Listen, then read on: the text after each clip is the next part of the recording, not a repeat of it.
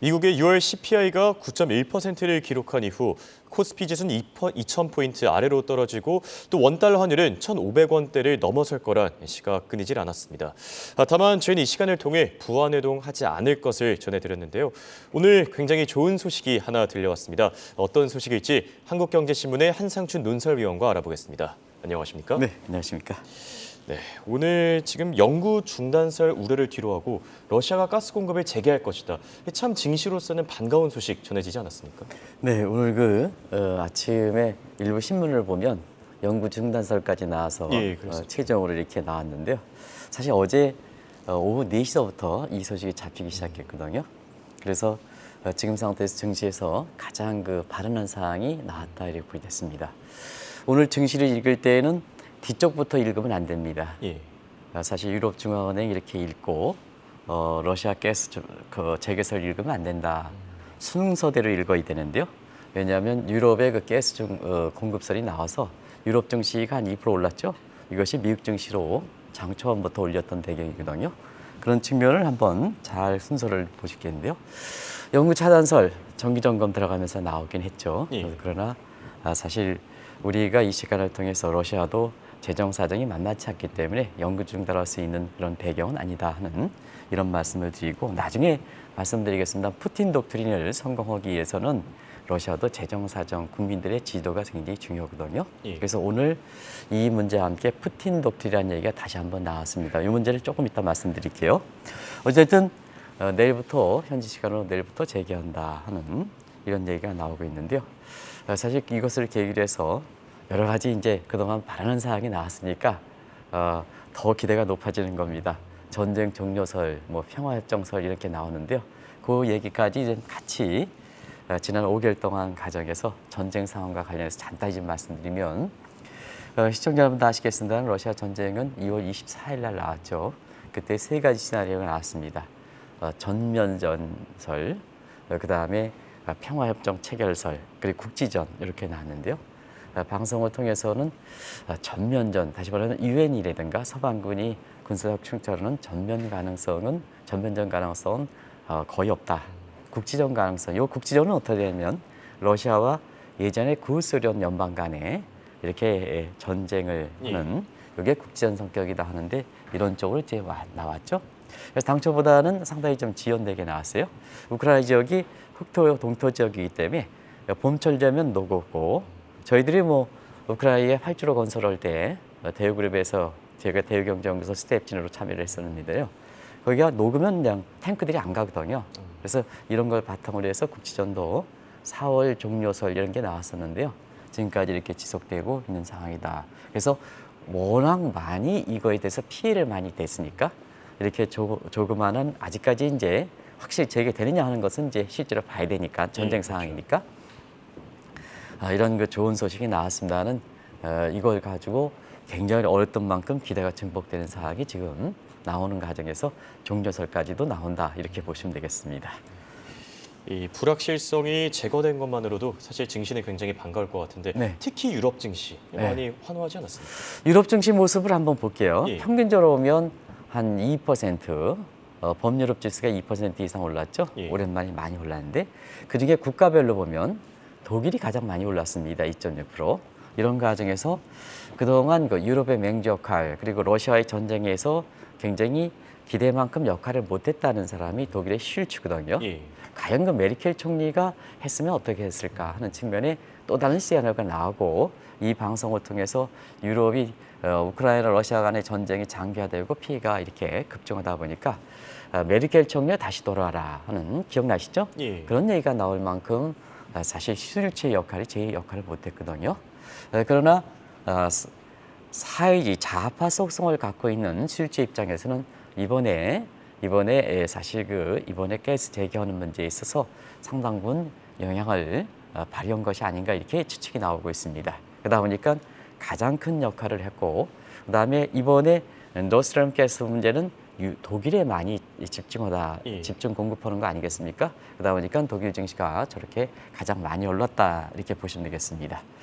그리고 한때 그 패러디까지 떨어져서 일부 사람들이 지난주죠 뭐 멀리지도 않습니다. 킹달러다, 제왕달러다, 기축동안을 넘어서 제왕달러다 이렇게 이 방송을 통해서 얘기하시는 분이 있습니다는 그렇지는 않습니다. 미국 경제도 녹록지 않습니다. 유로화 문제에서 결국은 달러가 반수적 측면에서 이렇게 강세가 보이는 겁니다는 누누이 말씀드렸습니다. 오늘 고스란히 나왔죠. 예. 유로 가치가 달러 인덱스에서 58%를 차지하고 있는데요. 러시아 가스 재개 문제에서 유로 가치가 오랜만에 1% 이상 상승하다 보니까 달러 가치는 그대로 떨어지게 되는 거죠. 그래서 106대까지 떨어지는 이런 모습을 보였다고 보겠습니다. 그리고 어제 사실 이번에 앨런 방안을 통해서 한미 간의 통화 수화협정, 상시적인 통화 협상을 위한 가이드라인 이 정도는 이렇게 마련해야 되지 않겠느냐 하는 측면인데요. 윤 대통령께서 직접 나서서 이 문제에 대해서 외화 유동성을 서로 노력하겠다. 동아수협정 체결이라는 문제는 여러 가지 조건이 있기 때문에 지금 이렇게 이런 상태에서는 거의 준 한미 통화수협정에 해당되는 상태에 워딩은 한미 통화수협정이라고 표현하지 않았지만 합의된 내용으로 이렇게 볼 때는 거의 준 화사이 한미 통화협정에 평가하는 것이 국제금융시장의 일반적 평가다 이렇게 보겠습니다. 굉장히 상당히 큰 성과다 하는 것을 지금의 원달러 환율이라든가 이런 게 민감한 상황을 볼 때 큰 성과다 이렇게 보시면 되겠는데요. 그런 만큼 사실 우크라이나 러시아 전쟁 간의 전쟁에서 미국 증시랑 한국 증시가 공교롭게도 많이 피해를 받거든요. 예, 그렇죠. 그런 측면에서는 러시아의 가스액이라는 측면에서 한국 증시라든가 외환 시장이 큰 영향을 미칠 거로 이렇게 보이고요. 그다음에 유럽도 지금 ECB에서 금리 인상설 이 문제도 이제 짚어드렸습니다는 예. 유로가 유로가 금리가 좀 내일 올리면 유로 가치가 회복되고 유로 가치만 달러 가치가 떨어져서 원달러 환율이 지금 1226원까지 올라가다가 이틀 연속 떨어져서 지금 1310원대로 지금 이제 나오고 있습니다는 1310원대를 가고 있는데요. 뒤늦게 달러 투자한 사람은 상당히 당혹스러운 환경이 도출될 수 있지 않냐 하는 생각이 듭니다. 그렇다면 오늘 이 가스 공급 재개 사실 전혀 예상치 못한 부분이기도 한데 이 배경에 대해서 좀 자세하게 짚어주시죠. 네, 사실은 어제부터 이게 감지됐던 사항은 우리가 여러 이제 갑작스럽게 나왔기 때문에 여러 추측설이 나중에 확인되겠습니다는 이번에 전쟁을 치는 목적의 근원초적인 문제서부터 검토할 필요가 있는 것이 아닌가 생각합니다. 예. 우리가 2월 24일 날 우크라이나의 전쟁을 러시아가 치렀을 때 이때 나왔던 것이 푸틴 독트린입니다.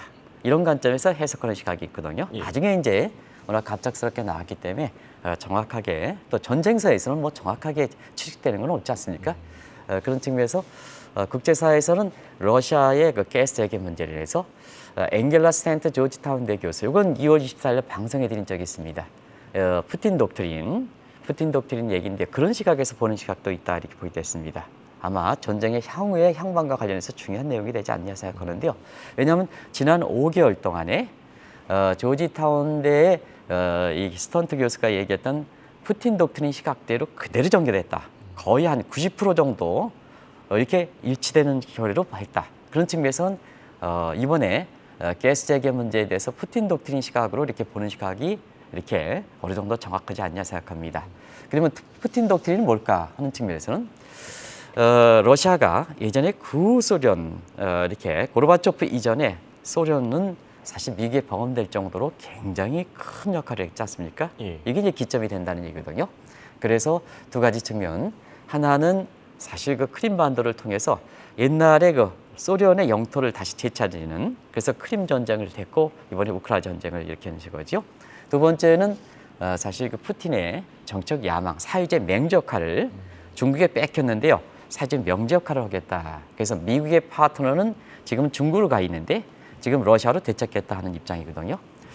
근데 지금까지 이렇게 전개됐던 사항이 이렇게 목적을 달성했느냐 하는 측면에서 이렇게 보면 사실은 러시아 입장에서는 오히려 이런 측면에서는 중국이 반사이익을 많이 가져가기 때문에 시진핑도 반사이익을 많이 가져가기 때문에 이런 측면에서는 사실 러시아의 재정 악화된 문제를 좀 극복하고 그다음에 당초의 푸틴 독트린 시각대로 구소련 영합 문제도 제대로 좀 잘 안 되고 그다음에 사회주의 맹주 역할을 복귀하는 입장도 중국이 오히려 그 거꾸로 반사적 이익하다 보니까 예. 푸틴 입장에서는 자꾸 입지가 약화된 측면도 있지 않느냐. 금리 시장은 좀 굉장히 호전되고 있는데 그래서 이런 측면과 감안해서 21일 연구 차단설까지 나왔던 중단설까지 나왔던 이런 문제에 대해서 제기하는 문제.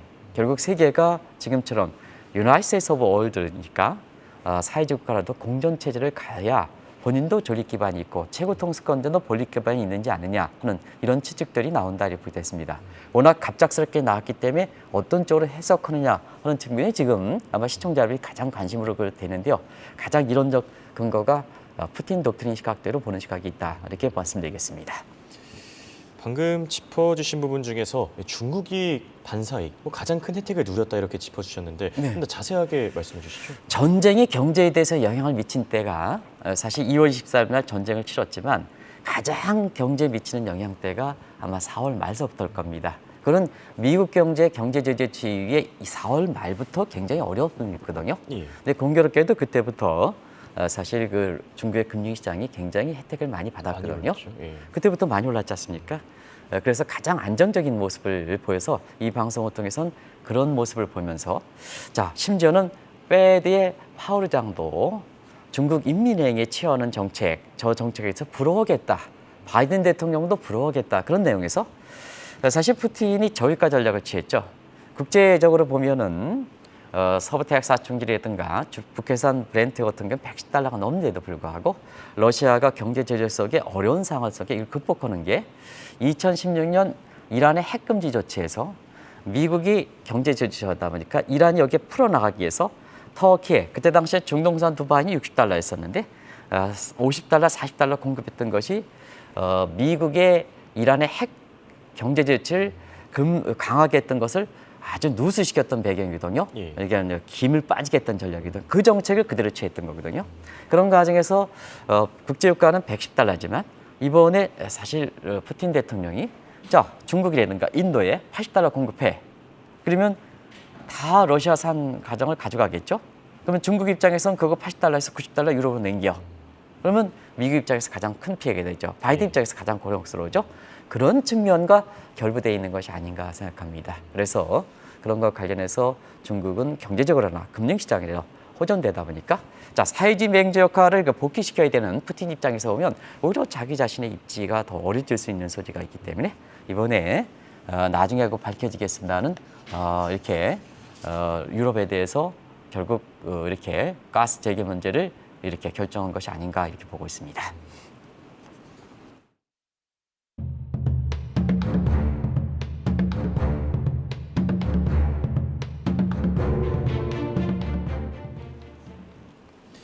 앞으로 변수가 많겠지만 그래도 이번 러시아의 결정, 세계 경제 입장에서도 굉장히 커다란 의미가 있지 않습니까? 네, 사실은 그 코로나2에서 세계 경제 문제에 대해서는 사실 코로나까지는 그렇게 세계 경제에 대해서 어려운 상황은 아니었어요. 작년 말까지 세계 경제 오래 보는 시각에서 이제 기간이 괜찮았으니까.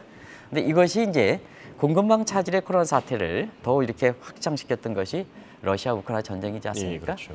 그래서 세계 경제 입장에서는 시청자 여러분 아시겠지만 그때 물가가 올라가고 경제 성장이 떨어지는 스태그플레이션 얘기가 이때부터 많이 나왔고 특히 물가 문제가 공급 측 인플레에 인해서 물가가 많이 올라갔지 않습니까? 그런 과정이 지금 주요 국가들 보면 6월 달에 확정치가 발표됐습니다는 유럽이 8.6%까지 나왔어요. 예. 6월 달이. 미국은 이미 아시겠어 9.1%. 그다음에 한국이 6% 이렇게 돼서 중앙은행이 1%를 잡기 위해서 사실 그 금리를 올렸는데요. 종전에는 0.25%가 일반적이기 때문에 노멀 스텝이라 하는데 지금은 세계 57개국이 0.5%로 기본 베이스 라인을 가져가는 상태거든요. 그래서 빅 스텝이 오히려 노멀 스텝이 된 입장입니다. 그래서 이렇게 나서고 있는데요. 자, 이번에 이런 문제로 인해서 사실 그 가스 공급이 이렇게 재개된다면 어쨌거나 유럽 경제 숨통이라든가 그다음에 공급망 재개됐던 데서 미국은 지금 공급망 부분이 완화될 조짐을 보이고 있습니다. 그런 과정에서 자 러시아의 가스 재개 문제에서 유럽 부분에 이런 문제에 대해서 이렇게 안정을 찾은다면 6월달 피크 한론, 6월달 CPR을 기점으로 해서 세계의 인플레 피크 한론이 이렇게 되지 않느냐. 그래서 증시가 올라간 거거든요. 아까 이제 어떤 분 같은 경우에는 ECB가 금리를 0.5% 올리는데 미국 증시가 올랐다 하는 이 측면에서 이렇게 보면 그는 상당히 오랫동안 되는 겁니다. 왜냐하면 자 이렇게 유럽 가치가 올라서 달러 인덱스가 이렇게 떨어진다 하는 측면에서 빅테크 기업종의 고환율 부분에 의한 달러 강세 부분에 의한 코스트 증대 요인 이런 부분에 이건 사실 경영 구조가 관련돼 있기 때문에 즉시 나타나는 게 아니고 이게 기업 실적으로 나타나려면 시간이 많이 걸려야 되거든요. 그런 측면에서 보면 오히려 지금 시장에서 보면은 가장 중요한 문제가 인플레 문제이니까 예. 인플레에 대해서 가스 재개가 이렇게 되면 인플레에 대해서 6월달 기점으로 CPI가 정점이 되지 않겠느냐 하는 이 측면이 미 유럽 증시뿐만 아니라 세계 증시를 끌어올리는 배경이다 이렇게 보겠습니다. 방금 뭐 미국 증시에 대해서 짚어주셨지만 지금 사실 ECB 이 정책회의 굉장히 주목을 많이 받고 있습니다. 네. 회의 결과에 대해도 이 관심이 모이고 있지 않습니까? 역시 이제 지금 유럽의 성향을 볼게요. 유럽 중앙은행은 사실 그 예전에 이거 관련돼서 이태리에서 리아카 한 사건, 이거 하나 사기 위해서 리아카로 이탈리아 돈을 가져가는 그런 사건 때문에 각국 중앙은행에서는 인플레 문제에서 가장 중시하는 것이 유럽 중앙은행이거든요. 그런 측면에서 이번에 금리를 올린다는 자체, 이거는 2011년 이후에 11년 만에 올리는 겁니다. 그러다 보니까 이 금리 올리는 자체가 지금 유로 가치 회복이라든가 이런 측면에 큰 영향을 주지 않겠느냐 해서 지난주에 달러 인덱스가 109 갔을 때 킹 달러, 지향 달러 얘기를 잘못 분석하는 거다 하는 것을 말씀드렸던 것이 그러거든요. 예. 이번 주에 이렇게 11년 만에 유로 금리가 올리면 달러 인덱스가 바로 떨어지지 않습니까? 109, 107, 106으로 떨어지지 않습니까? 그럼 어떻게 올 것이냐 하는 측면, 이런 측면에서 말씀을 드려왔었는데요. 자, 오늘 기준금리, 내일 기준금리 올리면 11년 만에 올린다. 예. 그러면 이제 또 하나 관건은 일본이거든요. 제가 이제 이 문제에 대해서 자세하게 좀 말씀드리겠습니다. 오늘 워낙 중요한 사항인데 예. 방송 시간이 지금 상당히 늦어졌어요. 늦었어요. 그래서 간단하게 줄일게요. 그러면 일본도 사실 지금 마이너스 금리 정책을 유지하고 있는데요. 유럽이 마이너스 금리 정책에 탈피하면 불가피하게 유럽과 일본의 엔과 유로의 그 스프레드 피보 스테이트를 감안해 볼 때, 피보 레이트를 감안해 볼 때 일본도 쫓아가야 되거든요. 그러면 이제 엔화가 강세되면 달러 인덱스는 떨어지겠죠. 이런 사항이 전개되는 사항이지 않습니까? 그래서 지난주에 달러 문제에 대해서 이렇게 다른 시각을 말씀드린 건다 이렇게 보겠습니다. 그렇다면 끝으로 지금 오늘은 사실 중요한 이슈들이 너무 많아서 네. 못 짚긴 했지만 그래도 이 문제도 같이 얘기를 해봐야 되겠죠. 네. 그래서 지금 옐런 장관이 방한을 했는데 이 한국 앞으로 증시와 이 외환 시장 어떻게 되겠습니까? 우리 증시는 뭐 굉장히 이렇게 지난주만 하더라도 사실 그렇습니다. 6월 CPI 발표 이후에 달러 인덱스가 109 하니까 뭐 원달러 환율이 1,326원이니까 제왕 달러 1,350원을 넘어서 1,500원 뭐 외환위기 이런 얘기 나왔습니다는 이 방송을 통해서는 그렇지 않다는 것을 말씀을 드렸습니다. 그리고 그때 당시에 외국인들이 자 우리 원달러 환율이 1,326원 올라갈 때 오히려 외국인들은 국내 증시에서 사는 것을 주목하실 그렇죠. 필요가 있다. 결과적으로 보면 국내 증시에서 그 이후에 어제까지 사거래 연속 이렇게 되면서 한 1조 4천억이 매입했죠. 그런 상태에서 삼성전자 이렇게 대형주가 올라가면서 만족스럽지 못합니다는 그 어려운 상황에서 사실 동학개미들이 어느 정도 숨통이 트는 배경이 됐다 이렇게 보겠습니다. 근데 이런데 사실 주가가 2,300 무너지고 이런 시점에서 국내 제도권에 있는 일부 증권사 제가 이름을 밝히고 싶습니다. 사실 이름을 밝히고 싶습니다. 우리 동학개미들의 심정을 생각하면. 근데 사실 2,300 붕괴됐을 때 뒤늦게 뒷담 맞춰서 일부 D증권은 뭐 2,050까지 하단이다. 코스피가. 예. 또 U증권 같은 경우에는 코스피 하단이 2,050까지 떨어진다. 일부 비관론이는 뭐 이런 사람들 같은 경우에는 1,800까지 떨어진다. 설령 그렇게 떨어진다 하더라도 동학개미들이 내 손실이라 가지고 가슴이 아플 때 갖다 목을 치는 사람들이 어디 있습니까? 그건 잘못된 겁니다. 잘못된 겁니다. 그 제도권의 증권사가 고객을 대상으로 해서 영업하는 이런 데가 일찌감치 예가지 못하고 뒤늦게 주가 떨어지고 2,050까지 떨어지는 이런 데가 어디 있습니까? 이런 데가. 그리고 또 한 가지는 사실 이번에 한미통화수합협정에서 통화에 대해서 가이드라인을 설정하고 있지 않습니까? 그래서 통화에다 가이드라인을 어쨌거나 상당히 민감한 때 외화 유동성에 의해서 서로 공급하지 않은 것은 큰 성과입니다. 감사합니다. 그런 측면에서 원달러 환율도 어제 1,310원까지 다 떨어져서 뒤늦게 달러를 매입해서 그때 국내 환투기가 문제지 않다 그러셨습니까? 예. 국제적으로는 그렇게 문제가 없다 이렇게 얘기했지 않습니까? 오히려 자금이 들어왔으니까. 자금이 들어왔으니까요. 근데 일부 사람이 1,350원, 1,500원 얘기해서 뒤늦게 달러를 산 사람들이 있지 않습니까? 이렇게 어려운 판국에 국내에 이렇게. 근데 지금 뭐냐 상황이 달리 전개되고 있지 않습니까? 그래서 어려울 때는 방송의 목적은 뭐냐면 좀 끌어올려주고 작년에 하반기 때 현금을 확보할 때 일부 어제도 방송에 출연하더라고요. 아는 종목이 있을 땐 빚내서 투자를 했던 사람 왜 방송에서 쫓겨내지 않습니까? 근데 그때는 뭐냐 증시가 과할 때는 현금을 좀 확보해라, 차익을 확보해라 이렇게 해서 균형감을 유지하는 것이 굉장히 중요하거든요. 일부 이렇게 주가가 떨어질 때 2,050, 환율이 1,500 이렇게 얘기하는 사람들이 어디 있습니까? 그래서 오늘 이 얘기를 하면 좀 오랫동안 갈 거기 때문에 시간이 많이 증가돼서 오늘 방송 시간을 저한테 좀 짧게 준 것 같습니다. 그렇습니다. 예, 알겠습니다. 이렇게 오늘은 러시아의 이 가스 공급 재개와 관련된 문제들 자세하게 짚어봤습니다. 지금까지 도움 말씀에 한국경제신문의 한상춘 논설위원이었습니다. 감사합니다. 네, 고맙습니다.